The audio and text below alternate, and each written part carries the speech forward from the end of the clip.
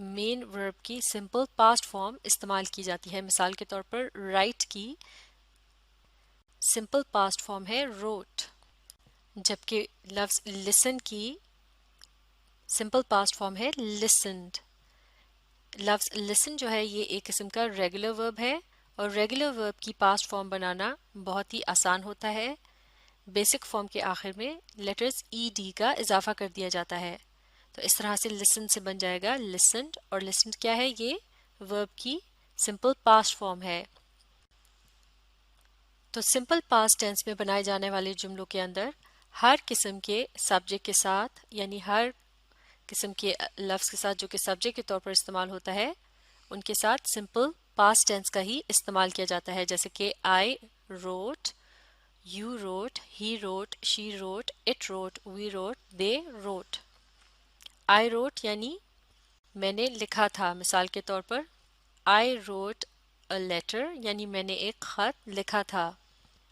تو اس طرح سے اگر کسی جملے کے اندر صرف ایک قسم کا ورب موجود ہو اور وہ اپنی سمپل پاسٹ فارم میں ہو، تو اس کا مطلب ہے اس جملے کو سمپل پاسٹ ٹینس میں بنایا گیا ہے. تو اس طرح سے سمپل پریزنٹ ٹینس اور سمپل پاسٹ ٹینس کے اندر ورب کی صرف ایک ہی قسم کو استعمال کیا جاتا ہے. لیکن اب اگر سمپل فیوچر ٹینس کو دیکھا جائے تو اس میں دو قسم کے ورب استعمال کیے جاتے ہیں. سب سے پہلے نمبر پر استعمال کیا جاتا ہے لفظ ول، جو کہ ایک ماڈل ورب ہے، یعنی یہ بھی ایک قسم کا ورب ہے. اور ول کے بعد استعمال کیا جاتا ہے ایک مین ورب جو کہ اپنی بیسک فارم کے اندر موجود ہوتا ہے.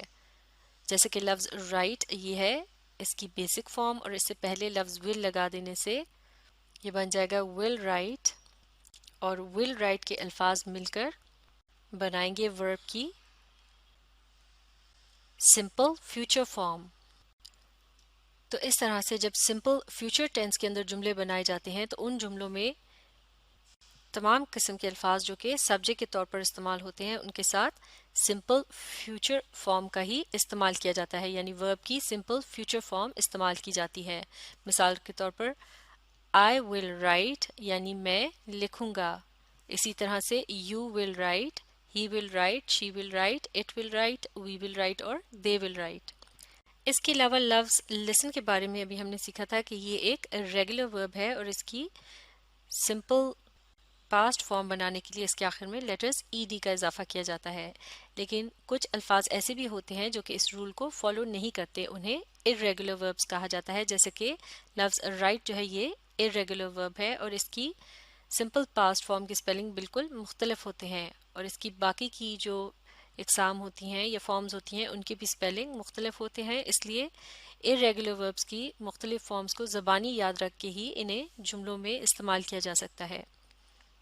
تو چلیے اب ایگزامپلس کی مدد سے دیکھتے ہیں کہ کس طرح سے مختلف ٹینسز کے اندر وربز کی فارمز تبدیل ہوتی ہیں اور ساتھ ساتھ ان کا اردو ترجمہ بھی تبدیل ہوتا جاتا ہے.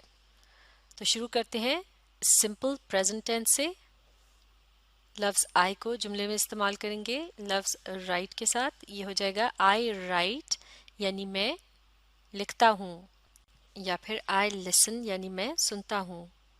اور سمپل پاسٹ ٹینس میں جملہ کس طرح سے ہوگا؟ آئی روٹ یعنی میں، معاف کیجیے گا، میں نے لکھا تھا. آئی لسنڈ یعنی میں نے سنا تھا. اور سمپل فیوچر ٹینس میں جملہ اس طرح سے ہوگا آئی ول رائٹ یعنی میں لکھوں گا، یا پھر آئی ول لسن یعنی میں سنوں گا. تو اردو ترجمے کے لحاظ سے سمپل پریزنٹ ٹینس میں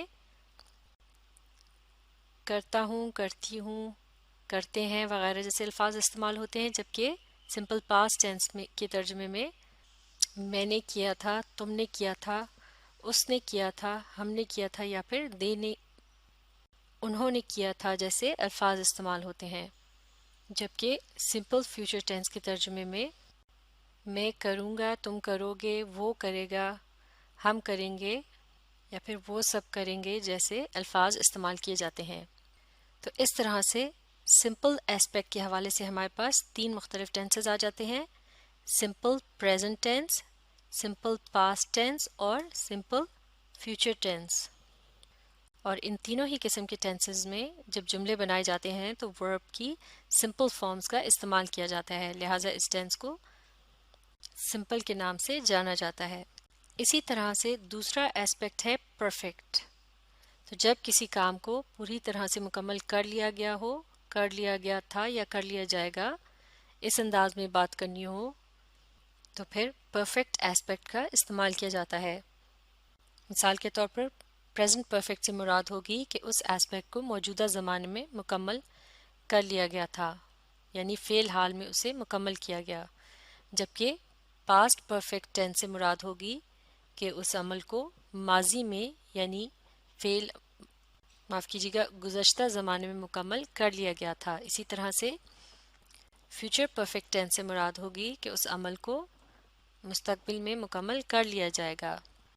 تو جب بھی مختلف قسم کے ٹینسز کے جملوں کے اندر پرفیکٹ ایسپیکٹ کا استعمال کیا جاتا ہے تو ان جملوں میں وربس کی دو مختلف فارمز کا استعمال کیا جاتا ہے۔ پہلی فارم کہلائی جاتی ہے آگزیلری ہیو، جبکہ دوسری فارم ہے پاسٹ پارٹیسپل۔ جب پریزنٹ پرفیکٹ ٹینس میں جملے بنائے جاتے ہیں تو آگزیلری ہیو کی پریزنٹ فارم کا استعمال کیا جاتا ہے، جو کہ دو قسم کی ہے، ہیز اور ہیو۔ آئی، یو، وی اور دے کے ساتھ لفظ ہیو کا استعمال کیا جاتا ہے، جبکہ ہی، شی اور اٹ کے ساتھ استعمال کیا جاتا ہے ہیز۔ لیکن جب پاسٹ پرفیکٹ ٹینس میں جملے بنائے جاتے ہیں تو پھر آگزیلری ہیو کی پاسٹ فارم کا استعمال کیا جاتا ہے، اور تمام مختلف قسم کے الفاظ جنہیں سبجیکٹ کے طور پر استعمال کیا جاتا ہے ان سبھی کے ساتھ پاسٹ پرفیکٹ ٹینس والے جملوں کے اندر لفظ ہیڈ کا ہی استعمال کیا جاتا ہے، جبکہ فیوچر پرفیکٹ ٹینس کے اندر بنائے جانے والے جملوں میں استعمال کی جاتی ہے آگزیلری ہیو کی فیوچر فارم۔ آگزیلری ہیو کی فیوچر فارم دو الفاظ سے مل کر بنتی ہے، اس میں لفظ ہیو سے پہلے لفظ ول کا بھی استعمال کیا جاتا ہے، یعنی ول اور ہیو مل کر بناتے ہیں آگزیلری ہیو کی فیوچر فارم۔ تو فیوچر پرفیکٹ ٹینس کے اندر بھی تمام قسم کے الفاظ جو کہ سبجیکٹ کے طور پر استعمال کیے جاتے ہیں ان کے ساتھ آگزیلری ہیو کی فیوچر فارم کا ہی استعمال کیا جاتا ہے، یعنی ول ہیو کے الفاظ کا استعمال کیا جاتا ہے، جیسا کہ I will have, you will have, he will have, she will have, it will have, we will have اور دے ول ہیو۔ تو یہ تو ہو گیا آگزیلری ہیو کا استعمال۔ اس کے علاوہ پرفیکٹ ایسپیکٹ کے ساتھ مختلف ٹینسز میں بنائے جانے والے جملوں کے اندر ورب کی ایک اور فارم بھی استعمال ہوتی ہے، اور وہ کہلائی جاتی ہے past participle form. Regular verbs کی پاسٹ پارٹیسپل فارم بنانا بہت ہی آسان ہوتا ہے۔ ورب کی بیسک فارم کے آخر میں لیٹرز ای ڈی کا اضافہ کر دیا جاتا ہے۔ مثال کے طور پر لسن ایک ریگولر ورب ہے اور اس کے آخر میں ای ڈی لگانے سے بن گیا لسنڈ، جو کہ ہے پاسٹ پارٹیسپل۔ لیکن جو الفاظ ارریگولر ہوتے ہیں جیسے کہ لفظ رائٹ، ان کی پاسٹ پارٹیسپل فارم کے اسپیلنگ بالکل مختلف ہوتے ہیں اور انہیں زبانی یاد رکھ کے ہی اس جملوں میں استعمال کیا جا سکتا ہے۔ تو اس طرح سے پاسٹ پارٹیسپل فارم کا استعمال آگزیلری ہیو کے بعد کیا جاتا ہے، اور تمام قسم کے ٹینسز میں یعنی پریزنٹ، پاسٹ اور فیوچر ٹینسز کے اندر پاسٹ پارٹیسپل ایک ہی طرح سے استعمال کیا جاتا ہے، یعنی اگر لفظ رائٹ کو جملے میں استعمال کیا جائے تو پریزنٹ پرفیکٹ ٹینس میں بھی معاف کیجیے گا لفظ رائٹ کی پاسٹ پارٹیسپل فارم ہوگی ریٹن، اور پریزنٹ پرفیکٹ ٹینس میں لفظ ریٹن کا استعمال کیا جائے گا۔ اسی طرح سے پاسٹ پرفیکٹ ٹینس میں بھی لفظ ریٹن ہی آئے گا، اور فیوچر پرفیکٹ ٹینس میں بھی لفظ ریٹن کا ہی استعمال کیا جائے گا، یعنی اسی فارم کا استعمال کیا جائے گا۔ اب ایگزامپلس کی مدد سے دیکھتے ہیں کہ کس طرح سے وربس کی فارمز اور ان کا ترجمہ تبدیل ہوتا ہے۔ مثال کے طور پر لفظ آئی کی مدد سے جملے بنائیں گے۔ آئی ہیو ریٹن یعنی میں لکھ چکا ہوں۔ آئی ہیڈ ریٹن یعنی میں لکھ چکا تھا۔ اسی طرح سے آئی ول ہیو ریٹن یعنی میں لکھ چکا ہوں گا۔ لہٰذا پریزنٹ پرفیکٹ ٹینس میں ہوگا، یعنی اردو ترجمے کے اندر چکا ہوں، چکی ہوں، چکے ہیں، چکا ہے، اس قسم کے الفاظ استعمال کیے جائیں گے، جبکہ پاسٹ پرفیکٹ ٹینس کے ترجمے میں چکا تھا، چکی تھی، چکے تھے، چکا ہے، یا چکے ہیں جیسے الفاظ استعمال کیے جائیں گے. اسی طرح سے فیوچر پرفیکٹ ٹینس کے ترجمے میں چکا ہوں گا، چکی ہوں گی، چکا ہوگا، چکے ہوں گے جیسے الفاظ استعمال کیے جاتے ہیں. اب ہم باقی کے 2 ایسپیکٹس کو اگلی ویڈیو میں مکمل کریں گے. آپ اس ویڈیو کو ری پلے کیجئے اور اس کے ساتھ ساتھ پڑھنے، سمجھنے، لکھ کر پریکٹس کرنے اور زبانی یاد رکھنے کی کوشش جاری رکھیے.